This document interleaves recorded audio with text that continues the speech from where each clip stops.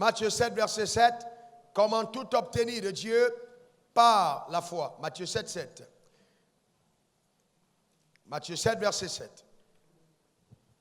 Il y a écrit, demandez et l'on vous donnera. Cherchez et vous trouverez. Frappez et l'on vous ouvrira. D'accord? Quels sont ceux parmi vous qui croient que ça c'est la parole de Dieu? Eh bien, Dieu ne ment pas, c'est sa parole. Marc 11, verset 23 à 24. Marc 11, 23 à 24. Il y est écrit, je vous le dis en vérité, si quelqu'un dit à cette montagne, ôte-toi de là et jette-toi dans la mer, et s'il ne doute point en son cœur, mais croit que ce qu'il a dit arrive, il le verra s'accomplir. C'est pourquoi, je vous le dis, tout ce que vous demanderez en priant, croyez que vous l'avez reçu et vous le verrez s'accomplir. Matthieu 21, verset 22. Matthieu 21, verset 22. Tout ce que vous demanderez avec foi, par la prière, vous le recevrez. Tout ce que vous demanderez avec foi, par la prière, vous le recevrez. Tout ce que vous demanderez avec foi, par la prière, vous le recevrez. Donc, ce texte est tellement clair, tellement clair. Mais hier, j'ai introduit en disant que l'une des raisons majeures pour laquelle plusieurs personnes n'arrivent pas à avoir la foi, c'est parce qu'elles n'ont pas justement la connaissance de Dieu. D'accord? Qui est Dieu? De ce qu'il est capable de faire. Connaître sa nature, connaître son caractère. Et nous avons donc vu qui est ce Dieu-là. Et nous avons aussi illustré justement l'opération surnaturelle de la foi au travers de la vie des personnes ordinaires. Ordinaires. Nous avons pris le cas de quelqu'un comme Élie, qui est un homme de la même nature que nous. Nous avons pris le cas de Moïse, nous avons pris le cas d'Abraham. Et on a vu au travers d'eux comment Dieu a pu se glorifier sérieusement au travers des personnes qui lui ont fait confiance. Et j'ai dit ceci, ça peut être, pour certains, vous n'avez pas compris la quintessence, je répète, que c'est une grave erreur de penser. Voyez-vous que nous devons, d'accord, dire ceci, non, nous dépendons de Dieu, nous dépendons de Dieu, voyez-vous? Et donc souvent c'est une erreur, et on n'arrive pas à percevoir que Dieu aussi dépend de nous, d'accord? Il dépend de nous. Donc Dieu, pour ce qu'il veut accomplir sur la terre, a besoin des personnes qui lui font confiance, des personnes qui collaborent avec ses plans, des personnes qui collaborent avec ses voies. Et donc nous parlons de tout obtenir par la foi. Nous continuons. Les textes que nous venons de voir sont des textes clairs. Vous voyez, Matthieu 21, 22 dit, tout ce que vous demanderez avec foi, par la prière, vous le recevrez. Alors la question que je te poserai, combien de sujets de prière as-tu adressés à Dieu? Et combien de requêtes jusqu'à présent n'ont pas été exaucées à ton égard? Voyez-vous, si je demande à certains d'entre vous ici de lever la main, il y a beaucoup qui vont me dire, il y a beaucoup de requêtes de prière qui n'ont pas été exaucées. Le but de ce séminaire, c'est de te permettre de voir toutes les requêtes, je dis bien toutes les requêtes de prière exaucées.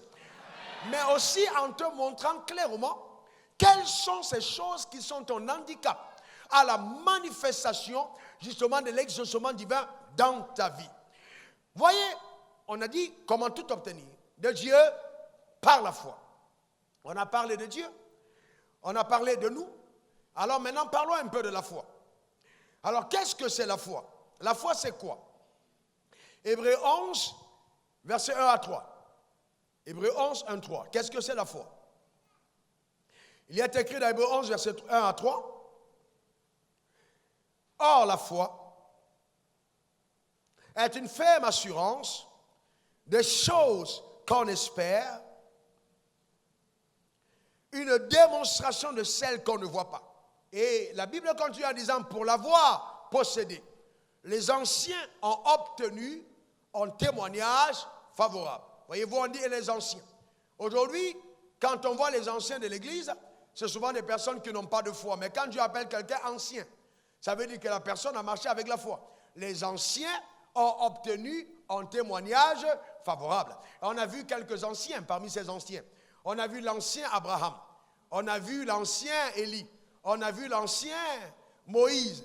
Comment est-ce qu'ils ont marché et opéré par la foi avec Dieu? Et comment est-ce que Dieu a fait des choses extraordinaires?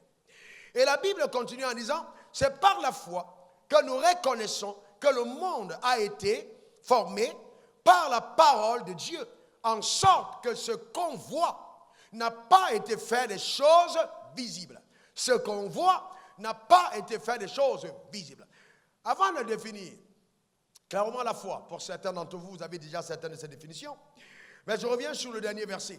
C'est par, voyez, il dit, c'est par la foi que nous reconnaissons que le monde a été formé par la parole de Dieu.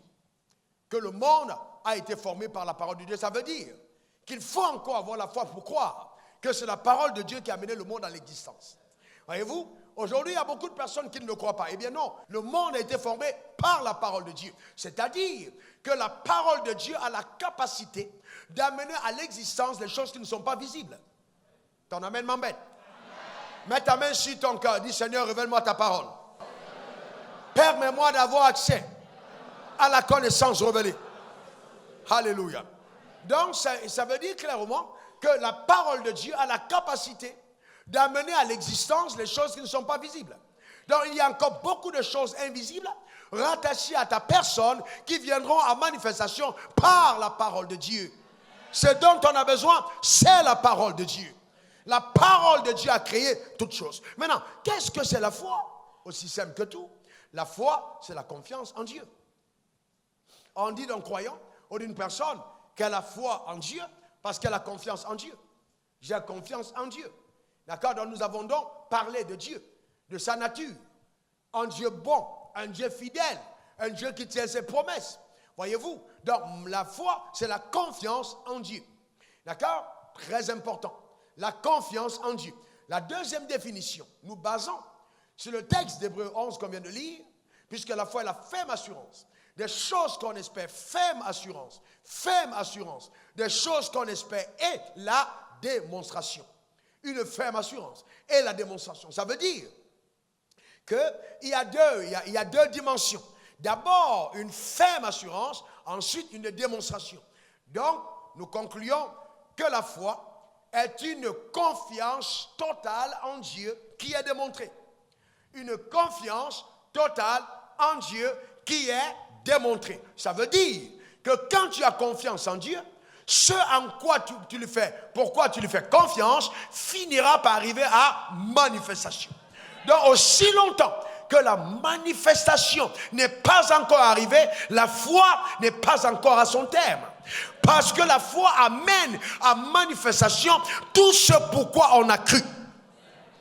Est-ce que quelqu'un comprend de quoi je parle? Tout ce pourquoi on a cru.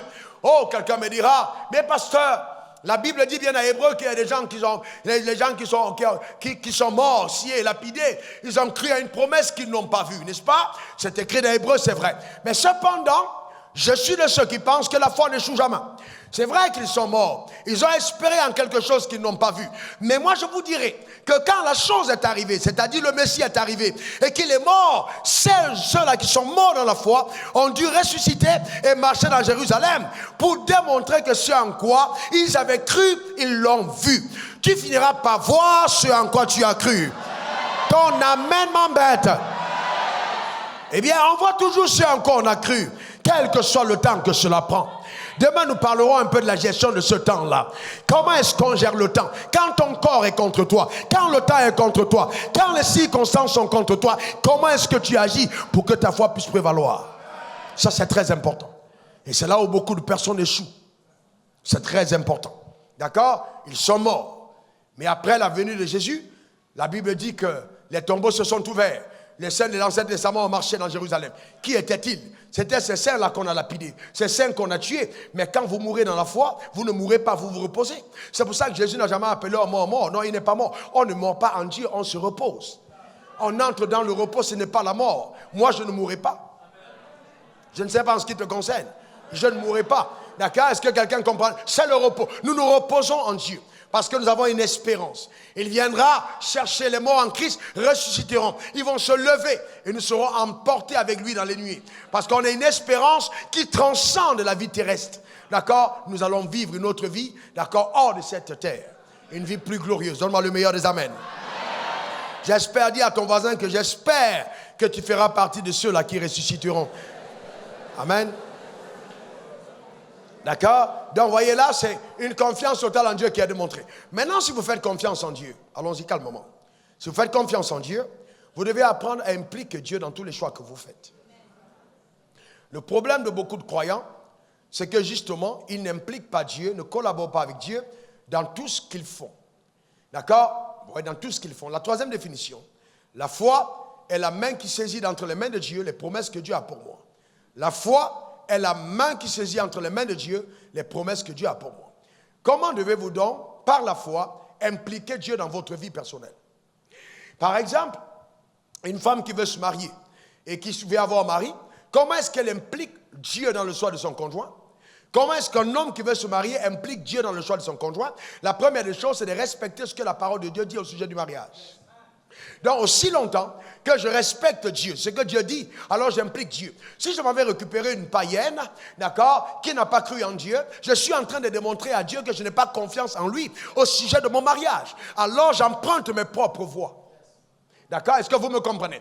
Donc, si je vais voir mon prophète avec un païen qui est gentil, entre griffes, qui me fait beaucoup de présents, d'accord, et je décide d'en faire mon mari, et que le prophète me dit, oh oui, c'est clair, Dieu m'a parlé, c'est ton mari, et que je l'épouse, je ne peux pas dire que j'ai eu confiance en Dieu, parce que la Bible est claire à ce propos, on ne se mettra pas avec un païen sur un joug étranger, la Bible est claire là-dessus. Donc, toute femme qui épouse un incrédule, un païen, est en train de se rebeller contre la pensée de Dieu, et ne peut pas agir par la foi. Est-ce que vous me comprenez? Très bien, ne peut pas agir par la foi. D'accord? C'est important. Vous devez connaître la volonté de Dieu. Connaître quelle est sa pensée. Parce que la foi commence là où la volonté de Dieu est connue. Là où Dieu, la volonté de Dieu est connue, d'accord? Si vous dites que vous faites confiance en Dieu, levez la main si vous le faites, faites confiance. Très, très bien. Maintenant, la Bible dit dans Jean 1:1, au commencement était la parole était avec Dieu et la parole était Dieu. D'accord? Au commencement était la parole, Jean 1:1, la parole était avec Dieu et la parole était Dieu. On est d'accord? Donc ça veut dire que Dieu et sa parole sont un. N'est-ce pas? N'est-ce pas vrai? Oh, s'il vous plaît, répondez-moi. Est-ce que... Donc, si je fais confiance en Dieu, ça veut dire que je fais confiance à la parole de Dieu. On est d'accord? Je ne peux pas dire que j'ai confiance en Dieu sans avoir confiance en sa parole. Est-ce que vous savez qu'il y a beaucoup de personnes qui pensent que la parole de Dieu n'est pas bonne pour le croyant?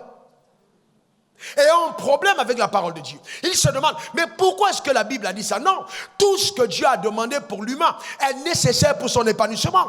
La parole de Dieu est pour ton avantage et jamais pour ta nuisibilité. Jamais.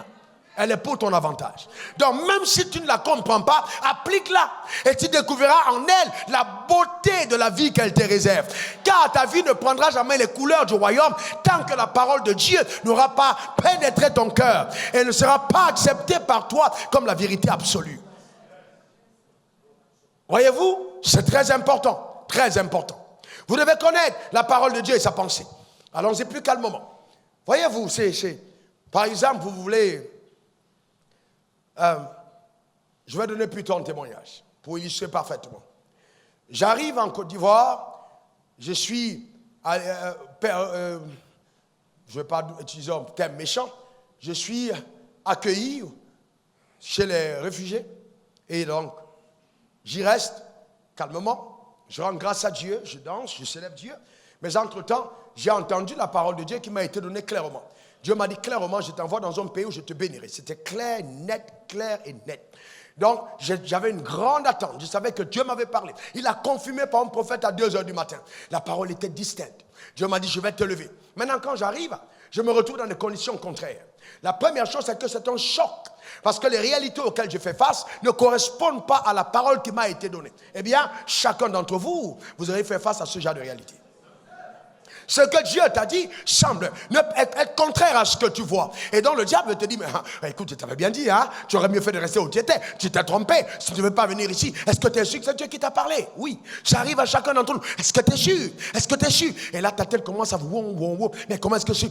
Ta tête commence à poser trop de questions. Mais à l'intérieur de ton cœur, quand tu as la communion avec le Saint-Esprit, tu sais que tu sais, que tu sais, que tu sais, que tu sais, que tu sais, que tu sais, que tu sais que Dieu n'a pas menti. Alors à partir de ce moment, tu gardes ton cœur dans l'adoration et la communion. Donc ça te rapproche de Dieu. Ta tête ne comprend pas. Tes yeux voient le contraire, mais ton cœur croit à ce que Dieu t'a annoncé. C'est la première étape. Et cette étape te permet de garder la joie au milieu des tribulations, de garder la joie au milieu de l'adversité, de te réjouir en lui parce que tu sais qu'il est fidèle. Donc célébrant et chantant les cantiques, comme c'est ma coutume, je suis allé chercher, parce que même là où j'étais, un deadline commençait à m'être donné pour partir. Quand vous arrivez même avec les réfugiés, et puis on vous dit votre place ici n'est pas là. Et que vous devez partir. D'accord? Et donc il fallait aller chercher une maison maintenant. Donc je me balade du côté d'Abobo, je tombe dans une belle petite chambre, qui était une dépendance arrière, qui n'était pas éclairée du tout. Donc en fait, la lumière, c'est quand tu ouvres la porte, elle entre. Quand tu fermes, c'est comme une cellule. Mais d'accord, vous comprenez. Sérieusement, j'entre. Et puis, elle avait des couleurs qui ne correspondent pas à mes goûts, qui ne correspondent pas à mes appétits. Mais sauf que je n'avais pas encore la capacité d'imposer mes goûts. À l'intérieur de moi, je savais quel style je veux. Mais sauf que ce que j'ai dans la poche ne peut pas encore amener mon style. Certains d'entre vous comprennent de quoi je parle. Tu es en train de rouler avec une R5, mais tu sais bien que ce n'est pas le type de voiture que tu dois rouler. Tu es en train de conduire, habiter une maison, tu sais que ce n'est pas ta maison. Tu dors sur le lit, tu sais très bien que ce n'est pas le type de lit que tu aimes. Peut-être l'habit que tu portes sur toi, ce n'est pas ce que tu voulais porter. Reste calme. Ta foi est capable de déshabiller totalement ton décor et rhabiller. Est-ce que quelqu'un comprend de quoi je parle? Très sérieusement, la foi va tout changer. La foi va tout changer. Amen. Changer le décor, tout transformer. Il faut simplement lui faire confiance. Et donc, je suis calmement, j'ai pris, et on m'a dit que ça coûtait 15 000. Et à l'école biblique, on m'a dit qu'on payait 15 000 francs CFA. Donc pour moi, j'avais trouvé la maison que Dieu avait réservée pour moi. J'étais heureux de savoir au moins j'ai un endroit où dormir. Mais je savais au fond de moi que Dieu ne m'avait pas menti. Donc je suis parti la nuit à 2 heures du matin. Je me suis levé, j'ai commencé à rendre grâce à Dieu. Je bénissais le nom du Seigneur. Et je lui ai demandé, Père, dis-moi, est-ce que tu es d'accord avec la maison que j'ai prise? Voyez-vous, sérieusement, j'ai demandé, Père, est-ce que ça te convient la maison que j'ai prise? Est-ce que c'est vraiment l'endroit où tu veux que j'habite? Donc je voulais que Dieu me dise oui, c'est le bon endroit. Parce qu'au fond de moi, je ne voulais pas aller dans un endroit que Dieu n'a pas indiqué pour moi. Est-ce que c'est le quartier? Est-ce que c'est la zone pour moi? Mais j'étais choqué de ce que Dieu m'a dit cette nuit-là.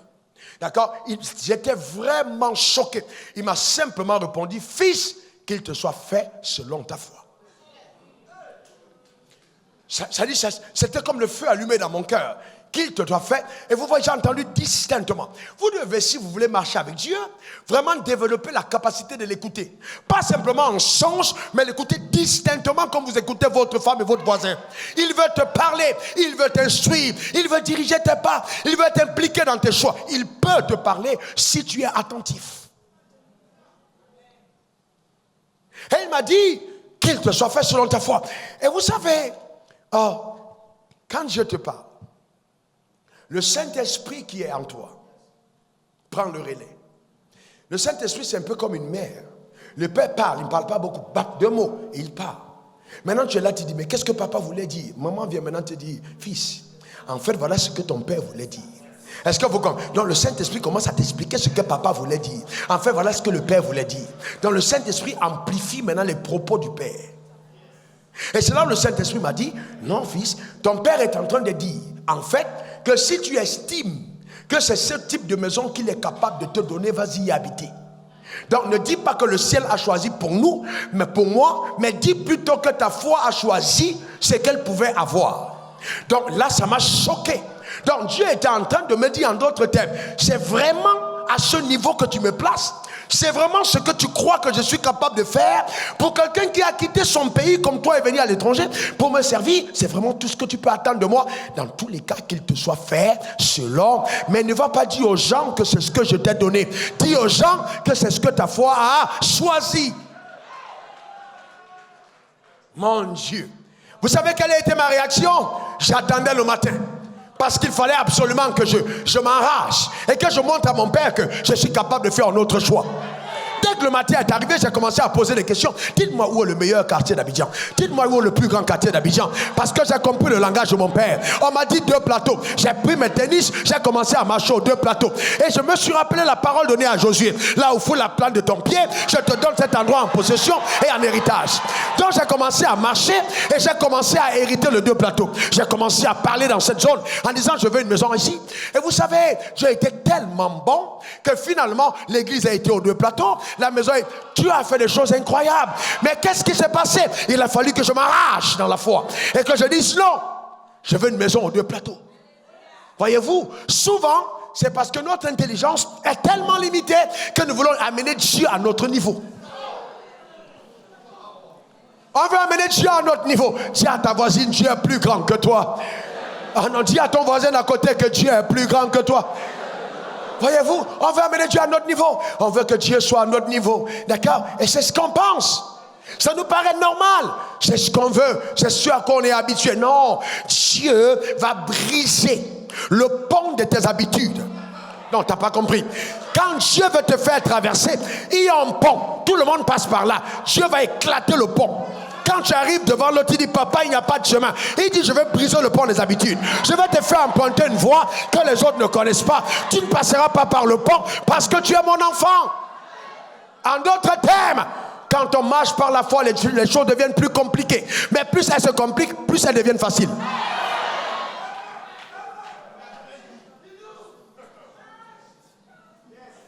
Il brise le pont. Tu dis, oh, mais le pont est tombé. Dieu dit, c'est parce que tu es arrivé qu'il est tombé. Tout le monde passe ici depuis des années. Moïse est passé ici. Élie est passé. Tout le monde est passé. Maintenant, toi, tu arrives. Tu veux monter sur le même pont. Je veux briser les habitudes. Je vais te montrer de quoi je suis capable. C'est ce que Dieu est capable de faire.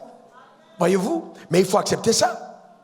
Donc, pour raccourcir le témoignage, j'ai obtenu miraculeusement une maison dans les 2 plateaux. La première maison que j'ai habitée. Et vous savez, le drame, c'est que certains d'entre nous, nous n'avons pas appris à être reconnaissants à Dieu. Quand je suis entré dans cette maison, elle était vide. Je suis entré, je me suis mis à genoux, j'ai pleuré. J'ai dit, enfin, je retrouve une maison. Et je pleurais simplement parce que l'eau sortait du mur. Je n'allais plus me baisser comme ça pour faire trop de gymnastique. Ou alors faire la file pour attendre d'aller aux toilettes, aux latrines.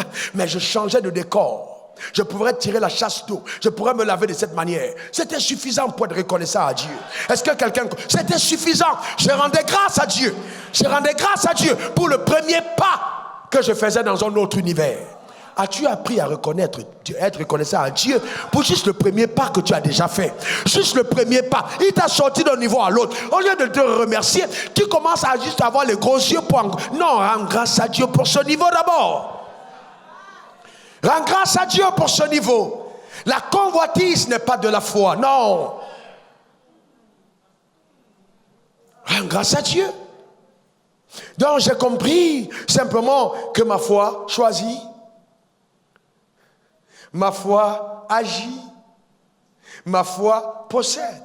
Parce que j'ai choisi, c'est moi qui ai agi pour aller négocier avec la dame. Je me rappelle cette charmante dame-là qui m'a regardé d'une voix toute fluette. Elle me demandait, pasteur, comment vous allez faire pour payer mon loyer?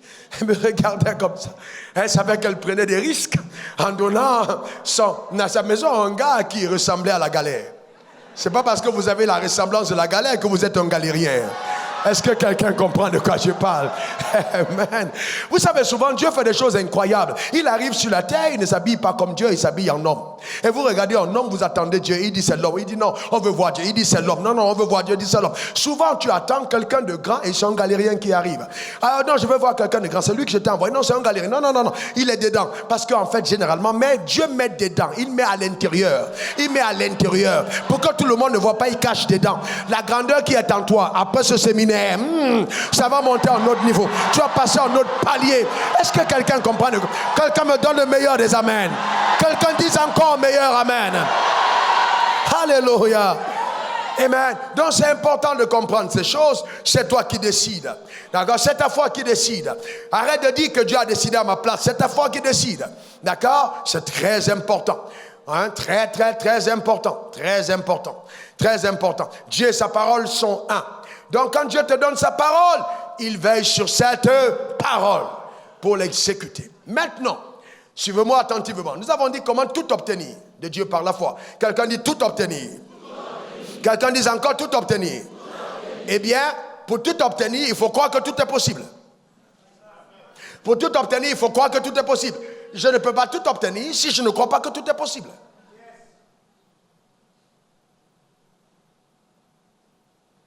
Il y a des personnes qui pensent que bien, certaines choses, je dois aller chercher hors de l'église, hors de Dieu. Non, tout est possible. Marc 9, verset 23. Marc 9, verset 23. Il est écrit, tout est possible à celui qui croit. Tout est possible. Quelqu'un dit tout est possible. Quelqu'un dit encore tout est possible. Hier, nous avons lu le texte et nous avons vu que rien n'est impossible à Dieu. Vous vous rappelez, n'est-ce pas? Ok, rien n'est impossible à Dieu. Mais là, nous voyons aussi qu'il n'y a pas que Dieu qui peut tout faire. Et les religieux n'aiment pas ça. Les religieux n'aiment pas ça. Là, il n'y a pas que Dieu qui peut tout faire. Il est écrit, tout est possible à celui. Ça veut dire que quand tu crois, tu arrives au même niveau d'action et de force que Dieu. Donc la foi te donne d'opérer au palier des réalisations divines. Ah non, non, non. Tu n'as pas compris. La foi te donne d'opérer à l'étage des réalisations de Dieu. C'est-à-dire que tu arrives à un palier où seul Dieu se trouve. Parce que la foi te donne d'amener toute impossibilité à possibilité. Que cela soit ta portion au nom suprême de Jésus. Dis encore Amen. Laissez-moi vous donner une illustration. Je vais enseigner un jour dans une école à Yaoundé que j'ai servi à implanter une école biblique. Et donc, il y a un directeur qui est nommé et je viens maintenant comme responsable de mission pour m'assurer de l'encadrement des enseignants, rester sur la droite ligne de la doctrine. Donc, il faut avoir une réunion avec les enseignants pour, vous voyez, pour certaines mises à niveau et pour faut aussi enseigner à l'école. Donc, je vais dormir très tard, comme d'ailleurs c'est resté ma coutume jusqu'à aujourd'hui, et me lever très tôt le matin. Donc, vers 1h du matin, non, 23h30, minuit, je vais me coucher. Et donc, j'entre dans la chambre et je me rends compte qu'il y a beaucoup de moustiques. Il y a vraiment beaucoup de moustiques. J'ai dit au responsable de l'école, j'ai dit, bienvenue, est-ce qu'on peut sortir? Est-ce qu'on peut aller ensemble pour trouver des insecticides? Bon, il habitait un quartier un peu reculé. Nous avons fait le tour du quartier et toutes les boutiques étaient fermées. Donc, comme dit le dicton, à l'impossible, nul n'est tenu. Mais sauf que ça, c'est le dicton. Ce n'est pas ce que la Bible dit. Ça, c'est ce que dit le dicton. Ce n'est pas ce que la Bible dit. Donc, bon, alors nous entrons à la maison. Et là, il fallait maintenant que le dicton soit trouvé menteur. Ce n'est pas ce que la Bible a dit. On rentre dans la chambre et soudainement, le même Saint-Esprit avec qui je suis, avec qui je marche, me dit, tu as reçu l'autorité. Donc, il me ramène au jardin d'Éden et me montre la révélation selon laquelle l'homme devait gouverner sur tous les animaux. Et donc, il m'insiste en me disant que même les insectes font partie des animaux sur lesquels l'homme gouvernait. Est-ce que quelqu'un comprend? Est-ce que vous savez que vous pouvez... Non, n'allons pas dans ça. Alors, donc, je suis dans... Non, je ne veux pas sortir du cadre. N'allons pas dans ça. Donc, j'entre dans la chambre et je regarde les moustiques. Il y a un balai de moustiques. Je ne peux pas dormir, sérieusement. J'avais besoin de repos. Donc, à cette époque-là, je travaillais dans le bus. C'est-à-dire, quand je vais d'une ville à une autre, je suis assis dans le bus et je prépare mes cours. Tellement il y avait des choses à enseigner. J'ai appris à faire 3-4 coups la même journée. Donc c'est là où j'ai gardé la... Je ne savais pas que Dieu m'entraînait à avoir 4 cultes.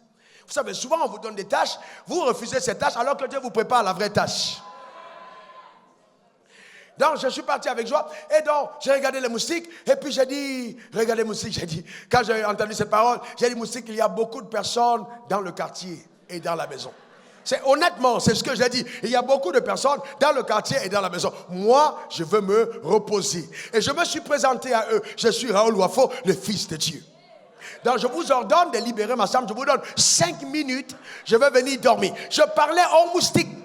Donc, je suis allé m'asseoir juste au salon et la chambre n'était pas loin. J'ai vu quelque chose qui m'a amené à faire confiance à la parole de Dieu que vous avez et que nous avons. J'ai vu les moustiques en rang. Sortir de ma chambre, sortir en rang de ma chambre, évacuer ma chambre et partir. J'ai dormi cette nuit sans aucun bruit de moustique. Je me suis réveillé à l'heure le matin pour enseigner, mais je gardais dans ces choses dans mon cœur pour dire jusqu'où tu es capable d'agir. Le vrai problème, c'est que est-ce que tu impliques Dieu dans les petits combats. Parce que si tu n'as pas appris à tuer l'ours, quand Goliath viendra, quel témoignage auras-tu? Est-ce que vous comprenez? Quel témoignage auras-tu? Les moustiques sont sortis. Pourquoi? Parce que tout est possible à celui qui croit. Et je peux tout obtenir de Dieu. Quelqu'un dit tout. Donne-moi encore le meilleur tout. Il peut arriver que tu roules ta voiture et tu tombes dans une zone et il n'y a pas de carburant. Je l'ai eu aux États-Unis quand on roulait ensemble. Le carburant est au rouge. Tout est fini. Alors mets la main sur le moteur. On dit tu ne vas pas t'arrêter. Tu vas continuer. La voiture va progresser. Elle est là. La voiture progresse. Tout le monde est dans la voiture. Mais la voiture, on dit la voiture ne s'arrêtera pas. On va atteindre une station. Tout le monde est agrippé. Tout le monde dit où est-ce que tu nous mènes? Je dis allons-y. C'est la foi qui remplit le réservoir. Et la voiture ne s'arrête pas. Alors que c'est au rouge. Ça marque 0 km. Mais ça fonce. Pourquoi? Parce que quelque part, il y a quelqu'un qui croit. Frères et sœurs, laissez-moi vous dire quelque chose. Au-delà de ce que vous voyez, il y a des choses qui existent. Il y a des choses qui existent. Amen. Dis à Dieu, je vais pour le meilleur. Non, dis-le, je vais à la quête du meilleur. Non, dis-le encore, je vais à la quête du meilleur. Mais vous savez pourquoi je vous dis toutes ces choses? C'est pour que vos pensées soient métanoïa, que vous changez votre pensée. Le problème, Dieu m'a dit, en 1995, révérend Dené, si tu veux changer un homme, change son système de pensée. Le vrai problème des croyants, c'est comment est-ce qu'ils pensent. Et le drame, c'est comment est-ce qu'ils pensent au sujet de Dieu. Voilà le drame.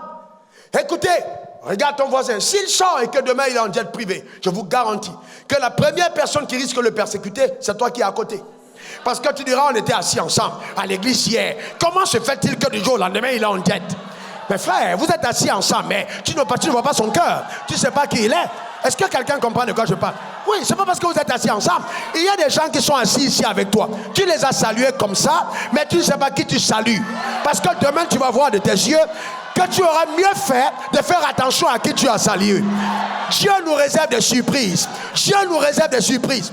Frères et sœurs, est-ce que tu imagines que Jésus arrive en tant que charpentier dans la maison des gens et que les gens lui disent, reprends ma charpente, ça a été mal fait. Et puis Jésus reprend, il dit non, le marché a été mal fait, il faut descendre. Jésus reprend avec son équipe, descendait à Champagne, il va raboter. Mais pendant ce temps, il fait sa facture, il paye. Les gars pensent qu'ils ont eu un charpentier, mais ils ne savent pas qu'ils ont eu le privilège de voir leur charpente fait par Dieu. Est-ce que quelqu'un imagine? Vous comprenez ce que je suis en train de dire? Bien aimé, la vie nous révèle deux phases. Elle nous réserve deux phases. La phase où tu es caché et la phase où Dieu te révèle. Il y a deux phases de la vie. Une phase où tu es caché, une phase où Dieu te révèle. Le charpentier du coin, il avait son entreprise. On vient passer des commandes et on le prend comme un simple charpentier. Mais quand son heure est arrivée, quand l'horloge du ciel a sonné, quand le temps de la révélation a commencé, les gens ont commencé à se dire, n'est-ce pas, ce gars-là, vous comprenez, les charpentiers, faites attention à ce que vous côtoyez. La foi seule va révéler exactement qui tu es aux autres. Amen. C'est incroyable, extraordinaire. Faites attention. Vous n'êtes pas que simple camarade de la chorale. Voilà le drame. Vous n'êtes pas que simple camarade. J'ai salué les gens au département technique aujourd'hui. Et puis quelqu'un a serré ma main. J'ai dit, fais attention à la main que tu tiens. C'est une main ointe.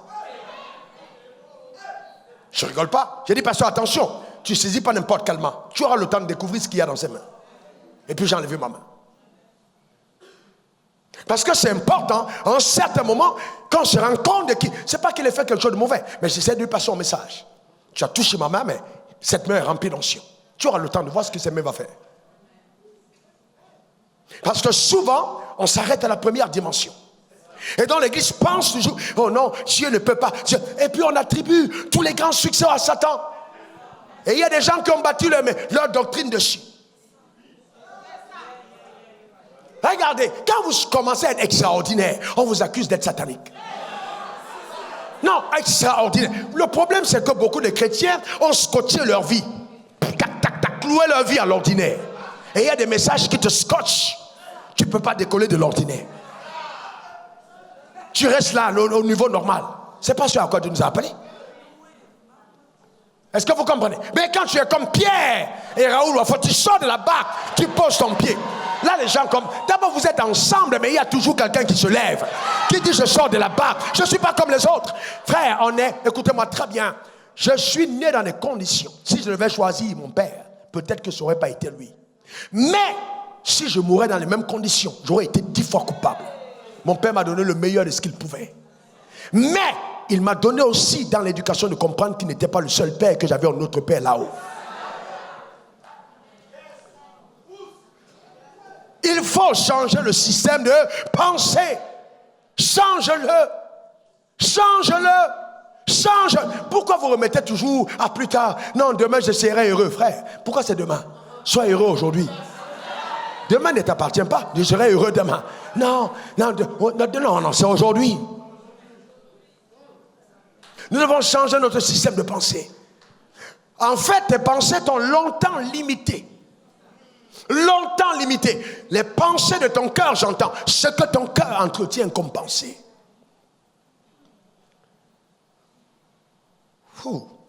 C'est important de croire en Dieu. Regardez le texte de Nombre 14, versets 11 à 12. Regardez ce texte. Je ne veux pas courir. Je sens l'envie de lâcher les flammes qui coulent dans mon sein, mais je vais être calme, je vais être calme, je vais être calme. Raoul, calme-toi, calme-toi. Calme-toi. Et l'Éternel dit à Moïse, jusqu'à quand ce peuple me méprisera-t-il? Jusqu'à quand ne croira-t-il pas en moi? C'est fort ça. Jusqu'à quand ne croira-t-il pas en moi? Malgré tous les prodiges que j'ai faits au milieu de lui. Il dit à Moïse, jusqu'à quand ils vont me mépriser? Est-ce que vous savez que ne pas croire en Dieu, c'est mépriser ce qu'il est? Jusqu'à quand? Ne pas croire, c'est le mépriser. Et on parle de quoi? De la terre promise. Il envoie les espions au Moïse. Et quand ils reviennent, ils disent non. Les 10 disent non, non, non, non. C'est un bon pays, mais c'est trop compliqué. Il y a trop de géants. Dieu aussi, s'il voulait faire ça, il n'avait qu'à rendre ça facile. Voilà les croyants. Ils veulent tout facilement. Je vais être béni, mais je dors. Si Dieu me dit monter une affaire, je n'ai pas besoin de monter une affaire. Je viens à l'église, je dis, mais il faut que l'argent tombe tout de suite. Donc c'est tout ce qu'on veut. On ne veut pas faire ce que Dieu implique qu'on doit faire pour être béni. Et on dit, on attend de Dieu. On verra jusqu'à la fin de ce séminaire, jusqu'où la foi va métamorphoser ta personne. C'est important. Jusqu'à quand me mépriserez-vous? Jusqu'à quand? Donc il considère le fait de ne pas croire comme étant un mépris. Vous savez, n'acceptez jamais de limite à votre foi. Jamais. N'acceptez jamais de limite. Jamais. Et quand tu feras face aux géants de ta vie, ne les compare pas à toi, compare-les à ton Dieu. Quand tu feras face aux géants de ta vie, ne les compare pas à toi, compare-les à ton Dieu. Parce que c'est lui qui combattra pour toi. Donc le fait de dire qu'ils sont trop balèzes, ils sont trop costauds, tu ne peux pas les affronter, tu es en train de dire que ton Dieu est ton nain. C'est pour ça qu'il dit, pourquoi tu me méprises? Comment Dieu peut-il te promettre quelque chose et tu veux dépendre de tes forces pour les obtenir? Quand Dieu te promet quelque chose, il n'attend pas ta force, il attend ta foi, pas ta force. Quelqu'un me dira, mais pasteur, toi aussi? Mais ce que Dieu m'a demandé là, comment est-ce que ça peut arriver? Vous voyez, comment est-ce que ça peut arriver? Assois, viens, s'il te plaît. Repose-moi cette question. Ce que Dieu m'a dit qu'il va faire, comment est-ce que ça peut arriver? Repose-moi la question.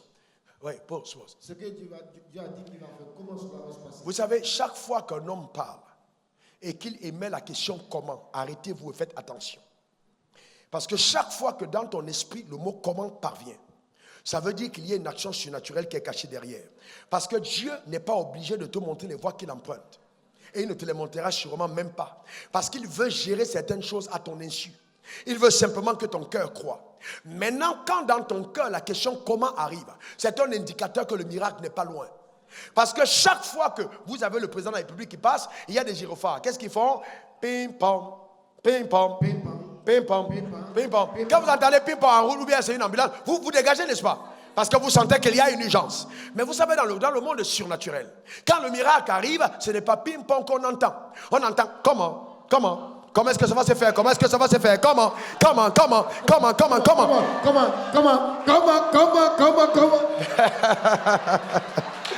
Amen. On entend comment? On entend comment. Donc chaque fois que dans ton esprit, le mot comment arrive, n'essaye pas d'avoir une réponse. Rends grâce à Dieu. Dis seulement merci Seigneur pour le miracle qui est en chemin. Je n'ai pas besoin de comprendre, j'ai juste besoin de croire. Amen. Amen. J'ai juste besoin de croire. Je n'ai pas besoin de comprendre. Dieu ne veut pas que tu comprennes. Il veut que tu crois. C'est tout. Amen. Et le temps ne sera pas assez fort pour t'empêcher d'entrer dans ce que le ciel t'a réservé. Une femme à Paris a son enfant qui est condamné par les enseignants en disant que cet enfant n'a aucune capacité, cet enfant doit abandonner l'école, cet enfant ne vaut rien. Et elle tombe sur mes messages, elle entend parler des secrets de la foi, elle se connecte là-dessus et elle dit non, je refuse le verdict qui a été donné à mon enfant. Elle commence à écouter la parole et elle confesse, elle déclare la parole, elle confesse, elle se tient, elle change le système de pensée. Elle refuse de mépriser Dieu. Elle est là à l'église pourtant depuis longtemps. Et elle se rend compte que pendant longtemps, elle a méprisé ce que Dieu était capable de faire. Elle appelle son enfant, elle impose les mots aux enfants, ils se connectent au message. Et puis maintenant, quelques semaines après, l'enfant est métamorphosé. Qu'est-ce qui se passe? Les professeurs l'appellent pour demander, mais qu'est-ce qui est arrivé à ton enfant? Pourquoi? Parce que l'enfant a des notes 20 sur 20. Qu'est-ce qui s'est passé? La sagesse divine a été infusée à l'enfant par la foi de la mère. Le problème, c'est qu'il ne faut pas accepter les verdicts naturels. Non. Les gens peuvent se tromper. Non. Ton médecin peut se tromper. Non.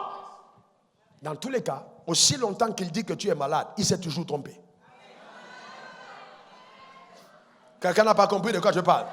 Aussi longtemps qu'on te dit que le médecin t'a dit que tu es malade, il s'est... Moi, pasteur, mais il a fait 15 années de médecine. Ça, c'est son problème.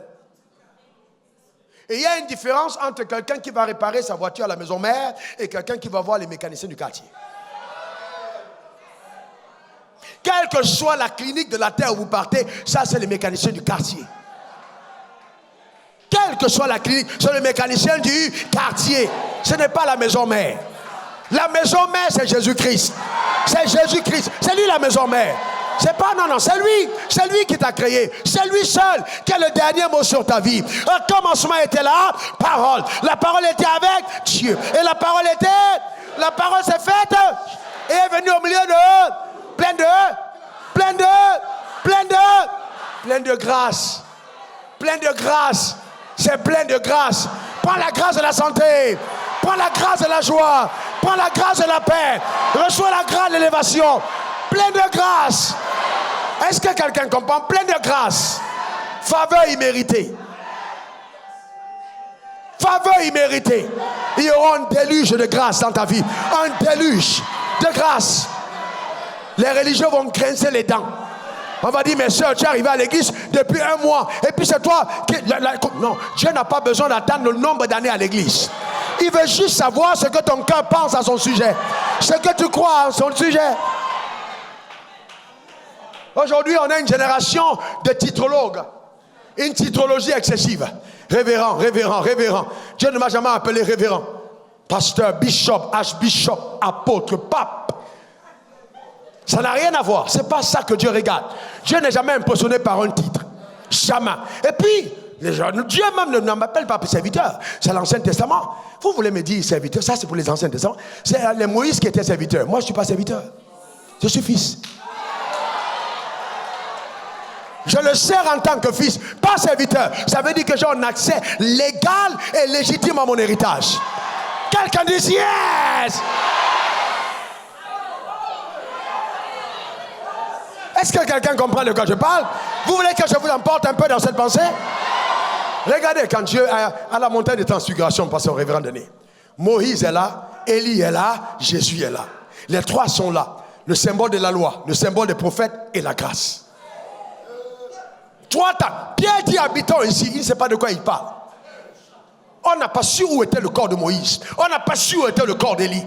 Parce que les deux, Élie était enlevé, Moïse est enterré par Dieu. On ne connaît pas où il dort. Où est son corps, on ne sait pas. Et sur la montagne, il y a Jésus. Donc, les Juifs comprennent la loi. Les Juifs comprennent les prophètes qui ramènent le cœur du peuple à la loi. La grâce se présente. Et puis le ciel s'ouvre. Et Dieu dit, bon, maintenant qu'il y a cette rencontre tripartite, je voulais que les choses soient claires. À partir d'aujourd'hui, celui-ci est mon fils bien-aimé, en qui j'ai mis toute mon affection. Écoutez, écoutez, écoutez. Je ne sais pas pourquoi est-ce que les gens veulent te faire écouter Moïse. Je n'ai rien à voir avec Moïse. Gloire à Dieu pour Moïse. Mais Dieu m'a dit, écoutez le fils.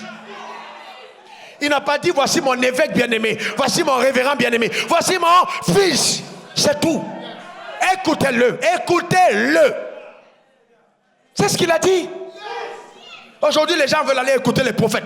Non, il dit, l'école des prophètes, là, il dit, on a mis ça de côté. C'est terminé. La loi, c'est fini. On entre dans une autre dimension où Dieu traite avec les fils.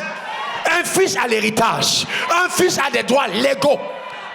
Un fils, quand il quitte la maison, le père l'attend. Le père ne dort pas à cause de son absence. Même quand il gaspille tout ce qu'il a, le père reste à la porte en espérant que le fils revienne. Écoutez-moi très bien. Un fils, un serviteur prie Dieu. Mais un fils, le père intercède même pour le fils.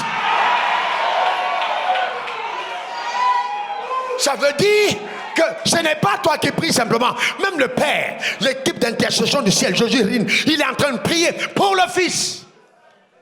Est-ce que vous comprenez? Vous pensez que le Fils prodigue est revenu de lui-même? Le Père l'attendait à la porte. Pourquoi est-ce que le même jour où il revenait, le Père était là? Parce que le Père avait été averti de son retour. Il priait pour son retour. Tu n'es pas revenu dans la maison par hasard. Tu n'es pas entré dans le royaume par hasard. Dieu n'a pas fait de toi un enfant par hasard. Tu n'es pas devenu fils de Dieu par hasard. Au lieu de venir, écoute, avec ton ancienne mentalité, accepte le festin de grâce qui est dans la maison. Le veau gras a été tué en ton honneur. Ton amène m'embête. Ton amène m'embête. Le faux gras a été tué à ton égard. Dieu l'a fait pour toi. Quelqu'un dise yes. Quelqu'un dise encore yes.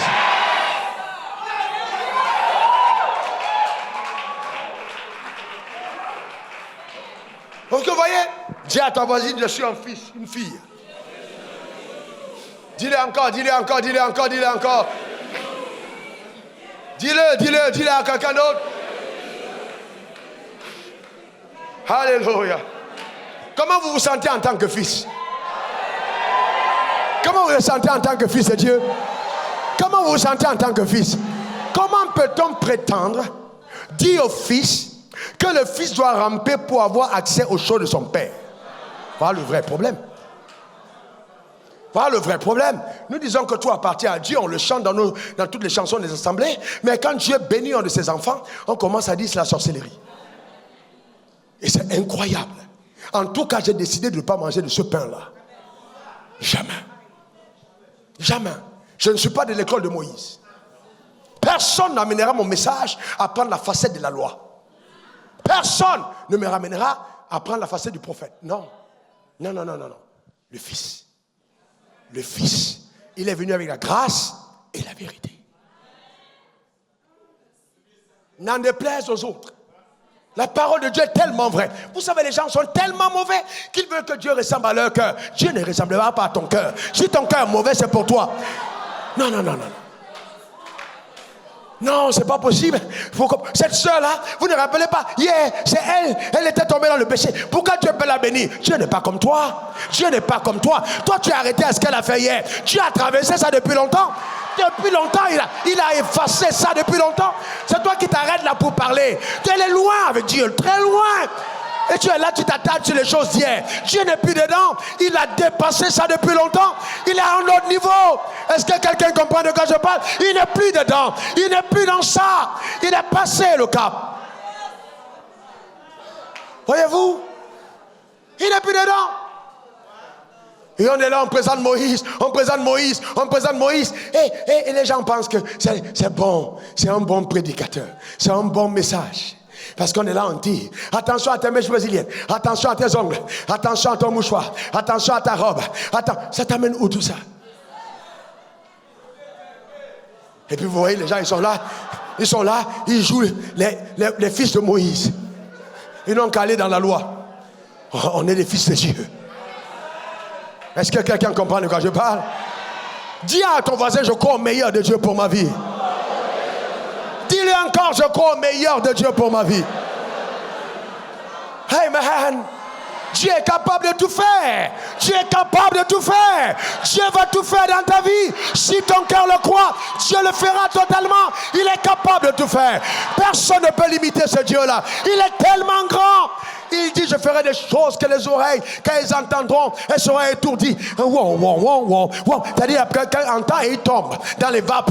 Tellement ce qu'on a dit est balèze. Ce qu'on a dit est terrible. Ce qu'on a dit est patent. Je vois les gens aller dans ton village pour annoncer qu'en ville, ce qui se passe à Abidjan, avec la vie de telle sœur, avec la vie de tel frère, c'est grave.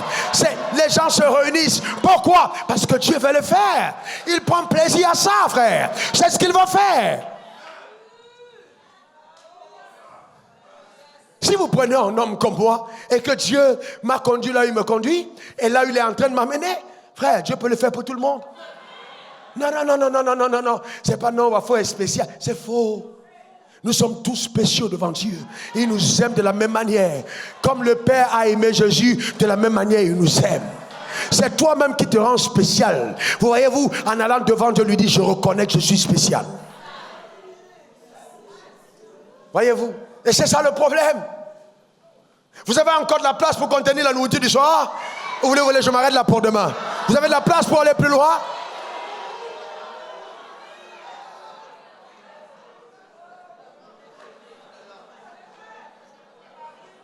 Écoutez-moi très bien, écoutez-moi très bien. Le meilleur est à venir, écoutez-moi bien. Voyez-vous? Mon Dieu, mon Dieu. Voyez, nous avons toujours dit, eh bien, la foi commence là où la volonté de Dieu est connue. C'est parfait. La foi vient de ce qu'on entend. Ce qu'on entend vient de là. De là. De là. Alors laissez-moi vous montrer que souvent, même la parole peut mentir à ton sujet. Et que même la parole n'est pas suffisante pour te limiter. Aussi longtemps qu'elle est logos, le rhéma de Dieu peut tout changer. Aussi longtemps qu'elle est logos, le rhéma de Dieu peut tout changer pour ta vie. Même la parole ne peut pas te limiter. Rappelez-vous la femme qui avait une perte de sang. Pendant combien d'années? 12 ans. La Bible dit qu'elle était allée chez plusieurs médecins. Regardez ce que la parole dit d'une femme pareille. Je vais vous montrer ce que la parole dit d'elle. Je vais vous montrer ce que la Bible dit d'une femme qui perd le sang. Il y a de la place?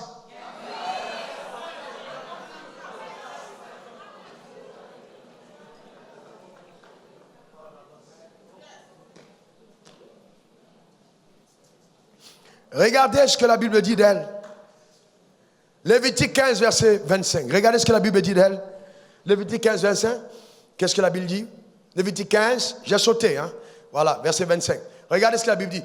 Et la femme qui aura un flux de sang pendant plusieurs jours, hors de ses époques régulières, c'est-à-dire de son état pendant qu'elle a ses règles, ou dont le flux durera plus qu'à l'ordinaire, c'est-à-dire normalement 7 jours, prescrit par la loi, sera impur tout le temps de son flux, comme au temps de son indisposition menstruelle.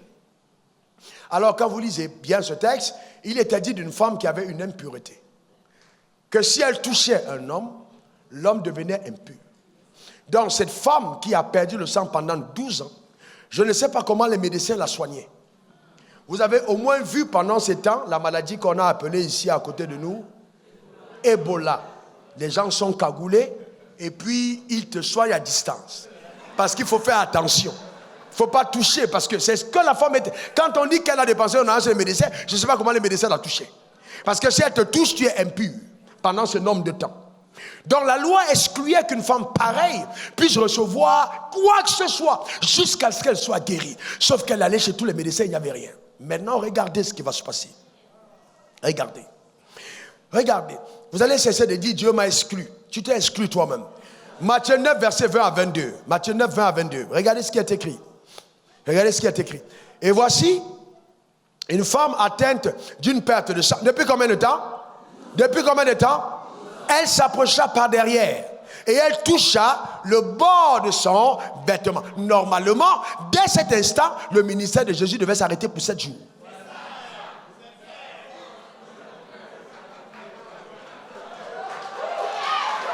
Dès cet instant, le ministère de Jésus s'arrêtait pour 7 jours parce que la femme l'avait touché. Il devenait impur. Mais la révélation que Jésus avait était autre chose. La loi n'était pas suffisante pour arrêter la force de l'amour. La femme a connu le cœur de Dieu et non la loi de Dieu. Faites attention, la loi peut être contre, mais le cœur est pour. Ça c'est trop profond. La loi peut être contre, mais le cœur est pour. Parce que quand la loi est imposée, c'est pas parce que Dieu est méchant, c'est imposé parce qu'il t'aime. Donc ne prenez pas la loi contre vous, prenez-la pour vous. La femme dit non, c'est pas possible. Non, je peux pas. Jésus est trop bon. Donc la femme, au-delà de la loi, connaissait le cœur de Dieu. Vous savez, vous ne pouvez pas marcher avec Dieu à un certain niveau tant que vous ne comprenez pas le cœur de Dieu. Beaucoup de personnes connaissent la loi, mais très peu connaissent le cœur. Quand vous connaissez Dieu et sa bonté, sa miséricorde, vous lisez la Bible différemment. Différemment. On a des prédicateurs qui se baladent avec la chicotte. Papa, on va te frapper. Non. Vous n'allez, écoutez, vous frappez un enfant longtemps et vous le frappez beaucoup, il devient rebelle. Il devient rebelle. Parce que vous faites la chose qu'il ne faut pas faire. L'enfant a besoin d'amour, la femme a besoin d'affection. L'enfant a besoin de passer le temps avec ses parents. Tu ne peux pas ne pas être là avec ton enfant et puis tu te trouves en train de faire quelque chose. Et toi là, tu n'as même pas eu le temps de lui dire ce qu'il faut faire. Et tu non. Il faut arrêter. C'est pas parce que ton ancêtre a été battu quand on le transportait en bateau que tu vas garder ça ici. Est-ce que quelqu'un comprend de quoi je parle? Amen, ton ancêtre, c'est pas toi. Est-ce que quelqu'un comprend de quoi je parle? C'est très important. On ne règle pas tout avec la chicotte. L'instruction est importante. Dans la Bible dit, cette femme, elle vient par derrière. Car elle se disait en elle-même. Elle se disait en elle-même. Donc ça veut dire ce qu'elle disait pour elle était plus important que ce que la loi disait. Elle se disait en elle-même, si je puis toucher son vêtement, je serai guéri. Qu'est-ce qui amène une femme qui connaît la loi à voir un homme de Dieu et dire, même si la loi m'exclut, je sais que si je touche, ça veut dire qu'elle a dû examiner le ministère de Jésus. Et elle s'est rendue compte qu'il était rempli d'amour. Qu'elle s'est rendue compte qu'il était miséricordieux. Qu'elle a examiné, elle dit non, les apôtres là peuvent me bloquer, mais si je le touche, je vais être guéri. Donc quand elle est venue faible, elle crie impur. Les gens disent, hey toi là, elle lave la main comme ça. Tout le monde fuit parce que personne ne veut sortir du cortège pour 7 jours. Le chemin se dégage. J'ai dit impur. Jésus ne fait qu'avancer. Et puis elle touche le vêtement. Dès l'instant, Jésus connaît qu'une force l'a quitté. C'est-à-dire, elle a été guérie sans autorisation de Jésus. Le ciel n'a pas proclamé son miracle, mais elle a dit au ciel aujourd'hui. Même si vous n'avez pas proclamé mon miracle, aujourd'hui c'est aujourd'hui. On n'a pas à attendre demain, c'est aujourd'hui. Je prends ma part. Je prends ma part aujourd'hui. Pas demain. Jésus n'ira pas où il part. Sans qu'il ne m'ait guéri. Je vais le toucher. Quelle révélation! Dès qu'elle a touché, à l'instant, la Bible dit qu'une force est sortie de Jésus. Jésus a su que quelqu'un l'avait. Maintenant, la femme qui est venue par derrière a été mise au centre de la scène. C'est comme ça que la foi te rend populaire, célèbre. Tes exploits amènent les caméras. Tout le monde veut faire selfie avec toi après. Parce que c'est toi qui as eu l'audace de faire ce que les autres n'ont pas fait. Ne te limite pas à ce qui a été imposé à tout le monde. Parce que ton histoire est particulière. Il faut avoir l'audace d'aller plus loin que là les autres sont partis. Quand tu connais ton Dieu. À l'instant, elle a été guérie. Pourquoi? Parce qu'elle a eu la foi. Jésus a dit, ta foi t'a sauvé. Ta foi t'a sauvé. Jésus se retournait et dit, en la voyant, prends courage, ma fille. Regardez ce qui est écrit. Ta foi, non, ta foi t'a guéri. Ta foi t'a...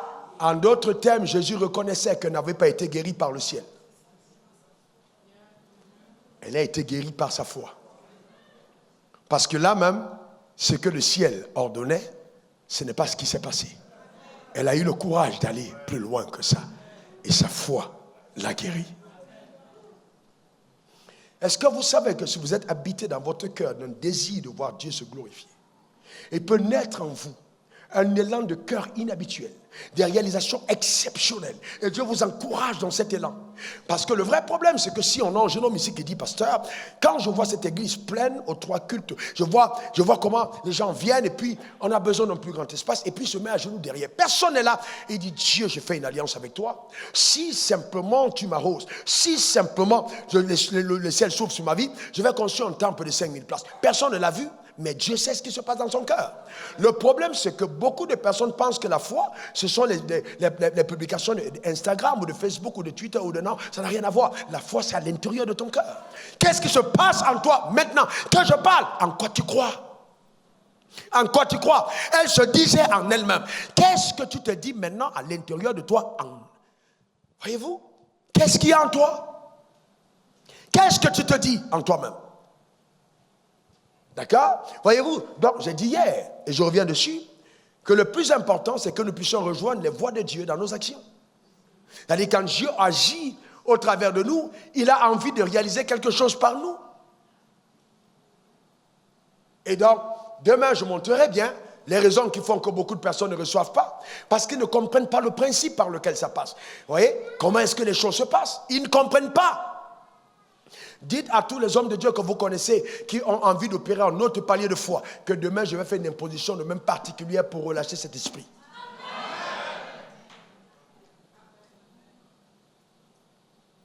D'accord? C'est important de comprendre. C'est très important de comprendre. Dieu est capable de choses extraordinaires par la foi. Mais est-ce que tu crois? Est-ce que tu crois? Est-ce que tu crois? Mais est-ce que tu crois? Disons une dernière histoire avant que je ne prie pour toi. Matthieu 15, versets 21 à 28. Une autre histoire, voyez-vous.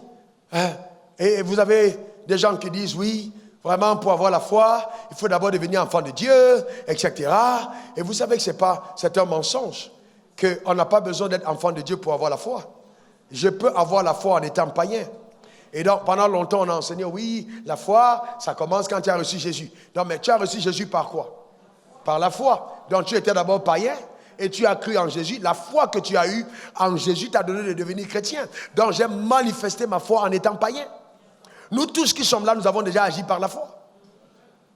Donc, ce n'est pas une denrée rare que Dieu distribue à certaines élites, comme on essaie de faire croire. Oh non, lui, c'est un homme spécial. Dieu lui a... Oui, mais il y a des gens qui ont le don de foi. J'ai un don de foi, c'est vrai, je le reconnais. Mais en même temps, j'ai besoin de ma foi pour vivre.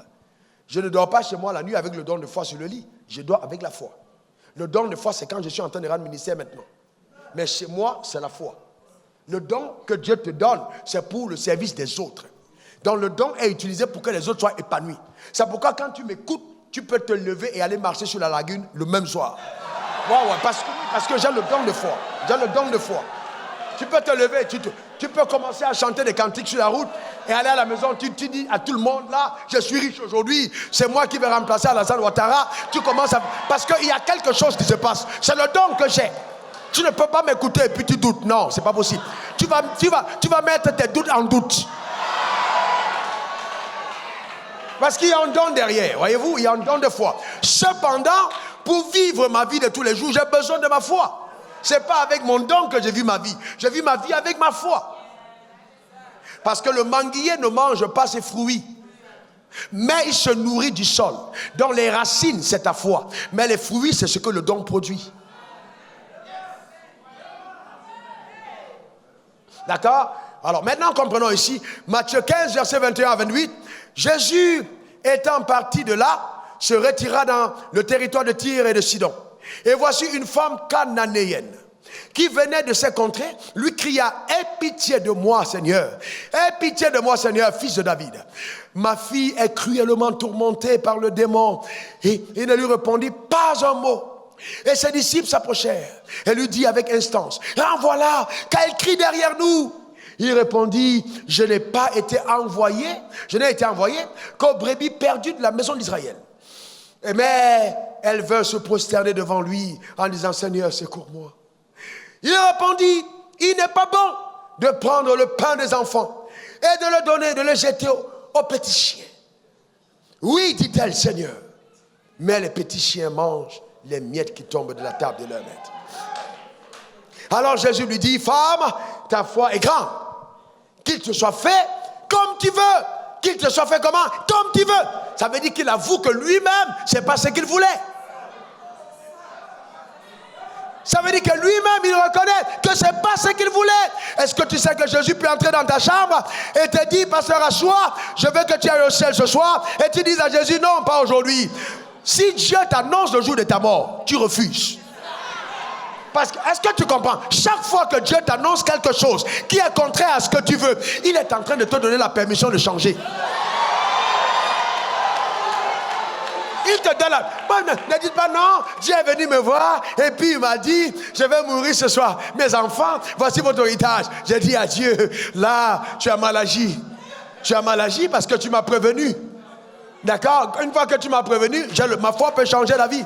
J'ai dit, Seigneur, je ne meurs pas maintenant. Hein? C'est pas maintenant, je vais mourir. Non, pas maintenant. Non, non, non, non, non. Il y a encore trop de... Je veux encore vivre. Et je commence à parler par la foi. Et tu allonges les jours. Regardez comment les religieux me regardent. Ils disent, regardez ce gars. Mais c'est vrai ce que je dis.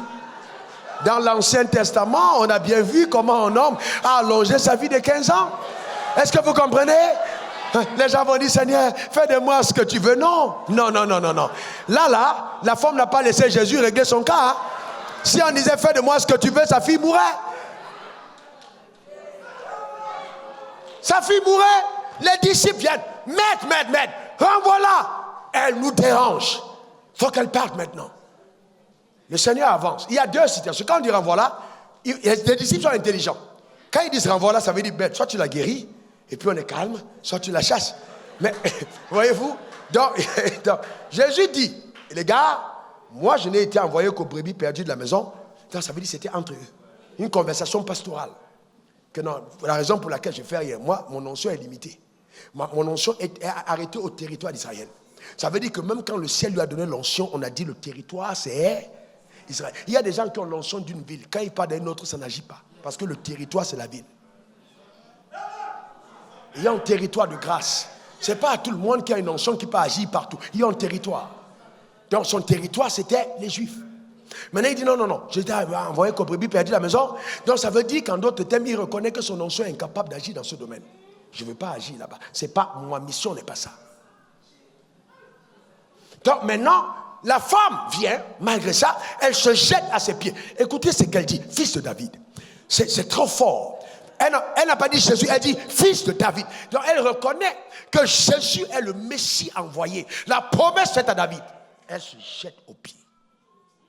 Jésus va plus loin. Il dit, il n'est pas permis de donner la nourriture des enfants aux petits chiens. Petits chiens. Hey! Si j'ai tenté ça ici au terme de la foi, je suis fini. Il faut appeler quelqu'un petit chien. On vous avait dit c'est un imposteur. Petit chien. Mais c'est Jésus qui l'a dit. Petit chien. La femme peut se lever. Il ne faut pas attendre ça n'importe où. Hein. Une femme va te gifler. Tu me connais, moi? Petit chien. Toi-même, chien là. Chien bien pour toi. Chien ta mère. Chien ton père. Est-ce que vous comprenez ce que je... Oui, elle va s'énerver. Elle va s'énerver, sérieusement. Non, elle va s'énerver. Que c'est pas parce que je suis venu à ton église, tu m'appelles chien. Vous prenez pour qui? Vous ces jeunes pasteurs. Jésus avait quel âge? Vous ces jeunes pasteurs là, tu connais l'âge de mon rabbin? Tu m'appelles chien. Toi-même chien. C'est ce qu'elle aurait dit. D'accord? Oubliant ce qu'elle cherche. Elle voulait la guérison, Joe. Vous comprenez? Donc elle est restée focalisée. Elle dit c'est pas grave. Mais elle va plus loin. Elle dit quelque chose de fort. Elle dit, c'est vrai que les petits chiens ne mangent pas la nourriture des enfants. Mais quand les enfants mangent, les miettes tombent et les petits chiens mangent. Donc, je ne veux pas ce qui est à la table. Parce que ça, c'est réservé à Wafo, c'est réservé à révérend Hervé, c'est réservé aux membres du temple de la foi, c'est réservé aux enfants. Je ne veux pas ce qui est à la table. Je sais que je ne suis pas de la famille de Dieu. Il n'y a pas ma place à la table. Mais s'il te plaît, même dans la maison quand les enfants mangent, laisse le petit chien aller manger ce qui tombe de la table. Et c'est ainsi qu'avec les miettes du royaume, une femme a vu sa fille guérie. Ce soir, il n'y a pas que les miettes. Ce soir, il n'y a pas que les miettes. Et si ces miettes peuvent guérir, imaginez le plat principal. Si les miettes de la table peuvent amener la santé, imaginez ce que le mets principal est capable de faire. Non, non, non, non, non. Plus jamais comme avant. Plus jamais comme avant. plus jamais comme avant. Parle sur ta vie maintenant. Ce ne sont pas les miettes que tu reçois. Parle sur ta vie. Parle sur ta situation ce soir. Ce ne sont pas les miettes. Parle sur ta vie. Oui, tu peux tout obtenir de Dieu. Si les miettes peuvent guérir, à plus forte raison le repas principal. Parle à Dieu. Parle à Dieu, parle à Dieu, parle à Dieu.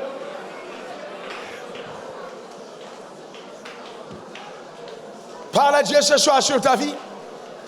Déclare-le, quel que soit le besoin. Je déclare la santé divine dans ton corps. J'ordonne, je commande que cela soit ta portion. Au nom suprême de Jésus. Je parle sur ta vie. J'appelle au nom suprême de Jésus. Raboshi katabre. Rondo kobrao shilihiri. Randako blondo shikatabre. Bababo sokotori babo yondo shikatabre. Bravo, Sari Babo, Rindo Si.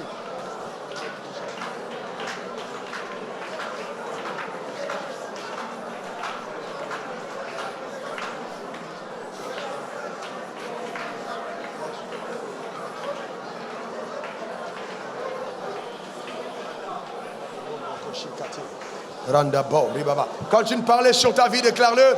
Déclare-le. Toi, tu n'as pas les miettes, tu as le plat principal.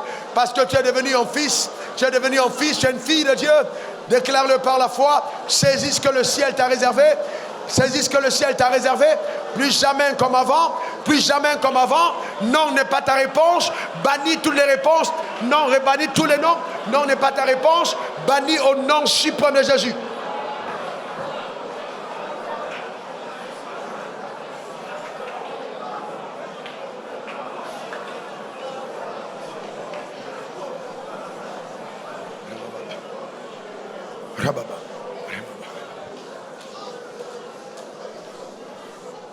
Alléluia.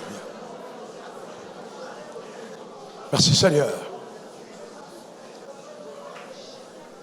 Remettez Marc 11, verset 23. Remettez Marc 11, verset 23. Je vais prier pour certaines personnes.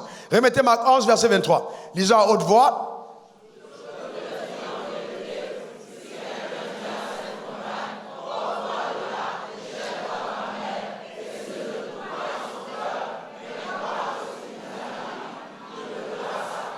Et la Bible dit, et s'il ne doute pas dans son cœur, on va traiter ça demain. Mais crois, mais crois, mais crois, mais crois. J'avais prévu vous parler de comment on croit, en fait. Qu'on va introduire ça demain. Mais crois que ce qu'il a dit arrive. Ce qu'il a dit arrive. Ça veut dire qu'une fois que j'ai cru, je dois parler.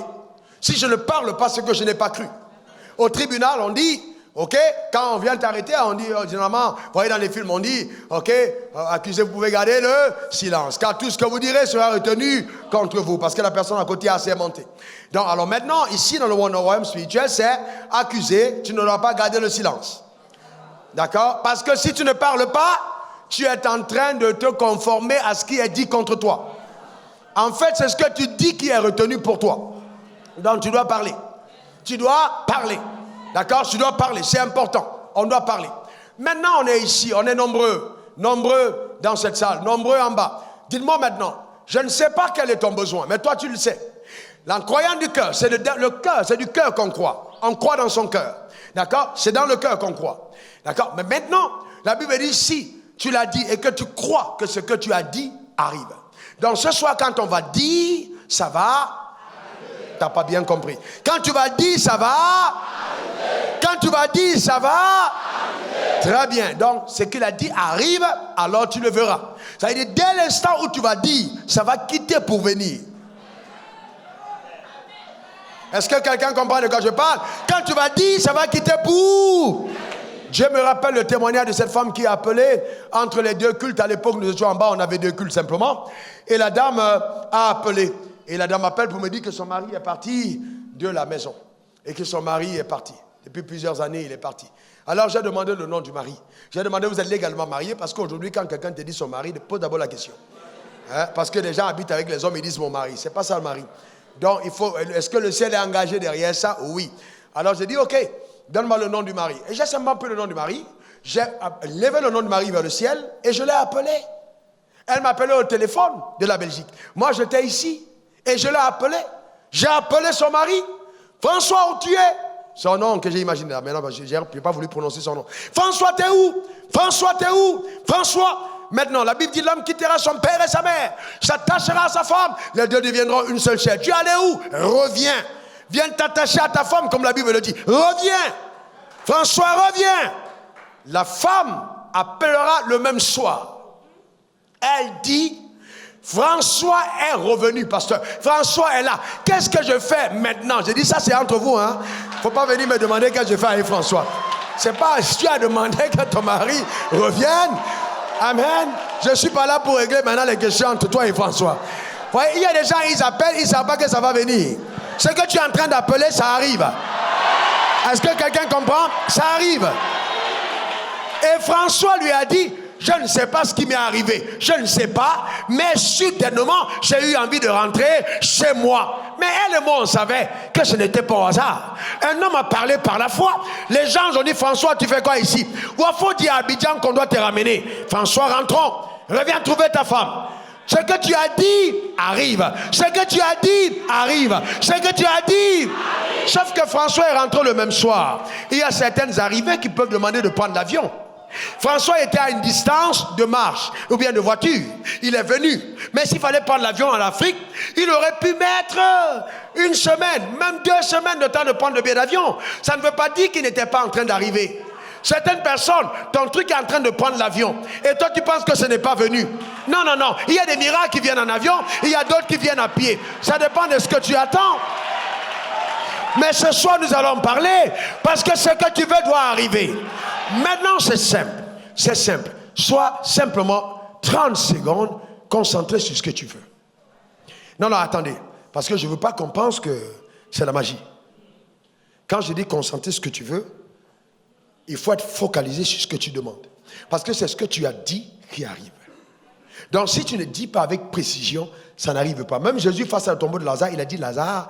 Il n'a pas dit sors, Lazare. Parce qu'il parlait à l'au-delà. S'il avait dit sors, Abraham venait en premier. Il dit Lazare, sors. Il a été précis. Donc, je veux que ce soir, tu saches. Il ne faut pas lever ta main, Seigneur, fais de moi ce que tu veux. Je ne veux pas entendre te prier dans la foule. Seigneur, toi-même agis comme tu veux agir. On a bien dit, il faut être précis. Il faut savoir ce que tu demandes. Maintenant, quelqu'un peut demander 2 choses.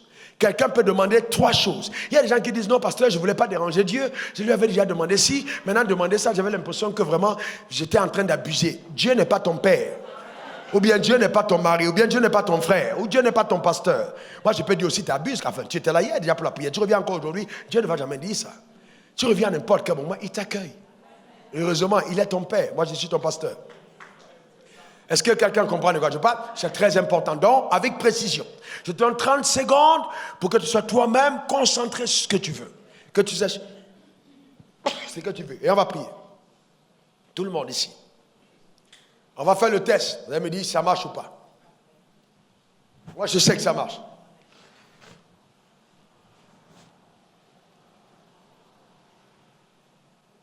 Je vais t'aider. Il y a probablement un poids dans ton cœur, une charge. Quelque chose qui te peinait, que tu désirais avoir, comme cette femme, 12 ans de pénibilité, 12 ans de souffrance. Ce soir, Dieu va mettre un trait final, un final à cela, point final à cette histoire. Par ta foi, par ta foi, par ta foi, par ta foi. Par ta foi, le ciel va agir. Quand ta foi a dit oui, même le ciel ne peut dire non. Quand tu as dit oui par ta foi, le ciel s'exécute. Le ciel attend justement les résolutions de ta foi. Maintenant, j'ose croire que tu es concentré et que tu sais de quoi tu parles. Lève donc ta main maintenant comme ça vers le ciel. Et puis maintenant, je vais compter jusqu'à 3 et chacun d'entre nous va appeler la chose. Écoutez-moi très bien. Le tout, c'est de croire. C'est pas, oui, baisse d'abord ta main parce que si tu ne fais pas d'espoir, ça peut être fatigant après. Donc, tu sais pas, non, François viens, non. Ce n'est pas la répétition. Dans ton cœur, Dieu est juste à côté, pas loin. Il est même en toi et pas loin. Tu dis, Père, j'ai longtemps souffert du mal d'estomac. Maintenant, par la foi, je déclare que par les mérites de Christ, je suis guéri. Je reçois de toi la guérison. Car il est écrit, tout ce que vous demandez au Père à mon nom, je vous le donnerai afin que votre joie soit parfaite. Je te remercie de m'avoir donné la santé. Au nom de Jésus. Amen. Simplement. Vous priez simplement. Alors le texte de base que je vous donne, tout ce que vous demandez au Père au nom de Jésus, il vous le donne. Allez-y sur cette base. Tout ce que vous demandez au Père au nom de Jésus, il vous le donne. Maintenant, je veux que vous puissiez être à même d'exercer votre foi. Je vais exercer la mienne après. Mais exercez d'abord votre foi. Parce que demain, vous êtes seul chez vous. Vous avez besoin d'exercer votre foi vous-même. 1, 2, 3, on prie. On prie. Élève ta voix, parle. Merci Seigneur.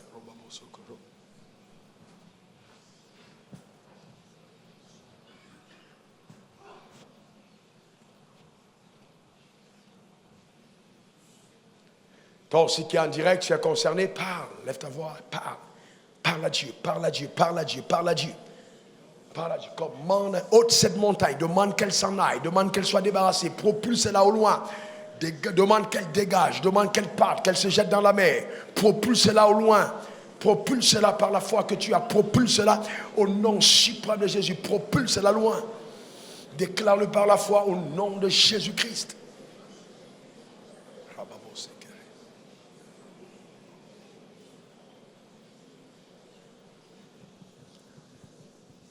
Maintenant, je prie au nom de Jésus. Pose ta main sur ton cœur. On va s'accorder maintenant. Père, au nom suprême de Jésus, je veux te rendre grâce pour ta fidélité. Merci pour les hommes et les femmes connectés à cet hôtel, ici et ailleurs. Qu'ils soient serviteurs de Dieu, qu'ils soient responsables dans l'église, qu'ils soient ouvriers, qu'ils soient membres de l'assemblée, qu'ils n'aient même pas d'église, qu'ils soient même païens. Mais dans leur cœur, la foi a été suscitée par la parole qu'ils ont entendue. Père, merci, parce que tu as dit que tu veilles sur ta parole pour l'exécuter. J'ai en mémoire tes œuvres incroyables, extraordinaires que tu as accomplies. Je viens donc en ce jour te rendre grâce. Je viens maintenant au nom puissant de Jésus envoyer ta parole à mission. Ta parole à mission dans chacune des vies connectées à cet hôtel en ce moment au nom suprême de Jésus. Si quelqu'un a besoin de santé divine, j'appelle la santé dans tes membres. J'appelle la santé dans tes membres. J'appelle la santé dans tes membres. Je commande à la montagne de la maladie. Débarrasse, pars, débarrasse, pars, débarrasse, pars au nom suprême de Jésus. Je me lève maintenant contre toute forme de montagne dressée dans ta vie, empêchant à la gloire de Dieu d'être accessible dans ta vie. Je commande à cette montagne d'être débarrassée au nom suprême de Jésus. Que ce soit la montagne de l'instabilité, quelles que soient les barrières, quel que soit ce que tu traverses, je demande au nom suprême de Jésus la manifestation de la même puissance de Dieu. Je parle à tes yeux, sois guéri, aux oreilles, à ta bouche, à ton nez. Je commande que le médecin en chef, celui-même qui t'a créé, celui-là même qui a des pièces de rechange, qu'il intervienne dans ton corps au nom suprême de Jésus et que la santé divine reprenne place jusque dans tes os, jusque dans ton sang. Tous les nerfs soient changés au nom suprême de Jésus. Je parle à certaines personnes dont la vieillesse a affaibli les membres. Je déclare qu'il est écrit, Moïse à 120 ans avait la vue intacte et il n'avait pas perdu sa vigueur. J'ordonne donc maintenant au vieillissement de tes cellules de stopper leur processus et que maintenant par la parole envoyée dans ton corps, le processus de rajeunissement prenne place. Que la vigueur de Dieu te soit redonnée. Que la vigueur revienne dans tes membres. Tout ce qui avait été endommagé par la vieillesse, je commande que cela revienne en place. Au nom suprême de Jésus. Je refuse les verdicts des médecins. J'ordonne que la vie d'en haut soit infusée dans tes membres. Au nom puissant de Jésus. Sois guéri maintenant. Sois guéri maintenant. Sois guéri maintenant. Toi, tu es une femme dans l'assemblée. Et il y a un mari de nuit qui vient à des heures précises, à des jours précis dans ta maison. Maintenant, je dis, c'est terminé. À partir de ce soir, tu ne le verras plus. Je commande à ce mari de nuit, libère sa vie au nom suprême de Jésus. Ton mariage était bloqué par les forces des ténèbres. Je commande à cette montagne d'être débarrassée au nom suprême de Jésus. Au nom de Jésus.